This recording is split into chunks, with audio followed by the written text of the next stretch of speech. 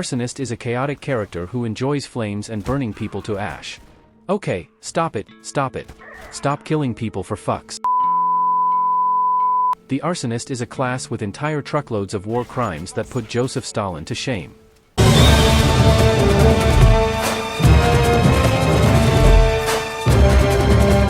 This man is a menace, he should be separated from other humans by 5 feet. He has committed unspeakable horrors. He also has quite a controversial past, best we don't discuss it.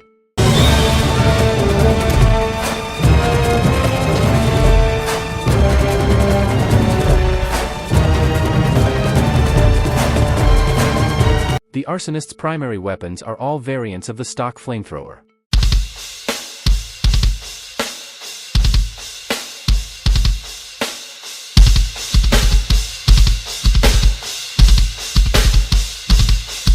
Flamethrowers are not banned for usage in war unless used on civilians, or on civilian infrastructure. Good morning, USA. I got a feeling that it's gonna be. We'll work on this later.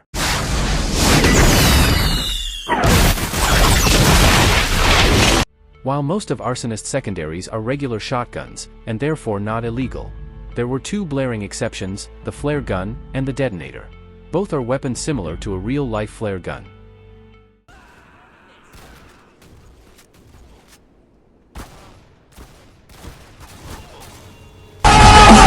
Under international and humanitarian law, flare guns are considered weapons that deal great unnecessary pain and suffering upon enemies. The international humanitarian law considers all fire weapons as bearers of unnecessary pain and suffering.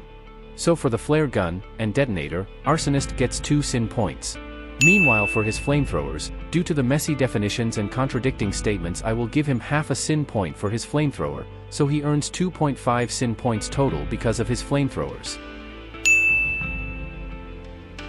Ever wondered how Arsonist managed to avoid punishment by the ICC for his crimes from Saigon to Mogadishu? That's where a good lawyer comes in, and good lawyers cost money. That's where today's sponsor comes in. Morton & Bailey Law Firm. We will protect your liberty and rights. We have locations in places like Cape Town, New Delhi, London, Dublin, Washington, and Ottawa. Injured? We'll fight for you. Are you going to be tried by an international court? We'll defend you there too. The best thing is that our service is free, unless you win. That's right. If we lose, don't worry about those attorney fees. Contact us now for a free consultation.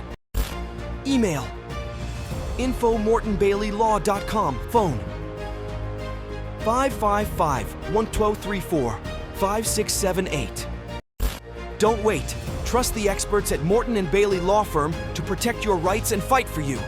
Morton & Bailey Law Firm. Serving clients since 1921.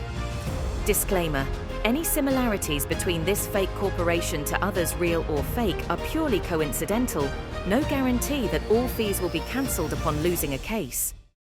Thank you, Morton & Bailey Law Firm, for sponsoring this video. Moving on, we can see that 3 of Arsonist's melee weapons are considered problematic and probably war crimes.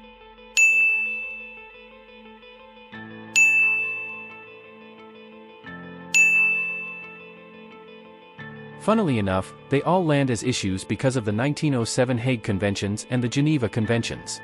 These conventions serve to prohibit unnecessary suffering and pain on combatants of war.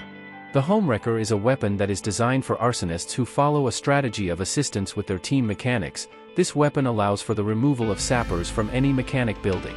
The issue arising from it is that the weapon itself purposely has exposed wiring that can cause unnecessary suffering to enemy combatants. The next melee weapon for discussion is the Improvised Innovator. This weapon also violates the Hague and Geneva Conventions, under the principles of unnecessary suffering. The blade is a serrated blade, with multiple serrations. This is a war crime because these blades cause unnecessary damage. The weapon itself is designed so users use it in close-quarter situations, and rewards the player with health upon kills. Finally, we cover the 1000-degree axe. This is a metal axe heated to a temperature we can assume to be around 1000 degrees, which is bad in both Celsius and Fahrenheit. This temperature can be lethal, and if someone were to survive getting hit with this axe, they would have to deal with tremendous amounts of pain. For each melee weapon, Arsonist will gain 1 sin point. So, in total, Arsonist has 5.5 sin points. In the next episode I'll discuss the mechanic, stay tuned for that.